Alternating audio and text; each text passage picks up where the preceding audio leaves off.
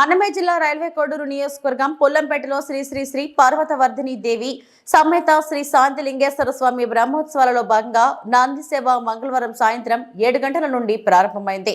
స్వామివారు మేళతాళాలతోటి కోలాటం మధ్య అంగరంగ వైభవంగా బ్రహ్మోత్సవంలో పాల్గొన్నారు. శ్రీ శాంతి లింగేశ్వర స్వామి దేవస్థానం సుమారుగా ఇంచుమించు 150 సంవత్సరముల క్రితం నిర్మించారు. ప్రతి సంవత్సరము బ్రహ్మోత్సవాలు జరుగుతున్నవి. అయితే పుల్లంపేటలోని ఎస్ఐ మీకు పర్మిషన్ లేదు అంటూ పర్మిషన్ తీసుకుని బ్రహ్మోత్సవాలు నిర్వహించాలంటూ ఆలయ సిబ్బందితో వాగ్వాదం చేశారు. ఎన్నో సంవత్సరాలుగా బ్రహ్మోత్సవాలు జరుగుతుంటే కొత్తగా పర్మిషన్ తీసుకోవాలంటూ హిందూ సంఘాలు, గ్రామ ప్రజలు, విశ్వ హిందూ పరిషత్, బజరంగ్ దళ్ కార్యకర్తలు ఆగ్రహం వ్యక్తం చేశారు.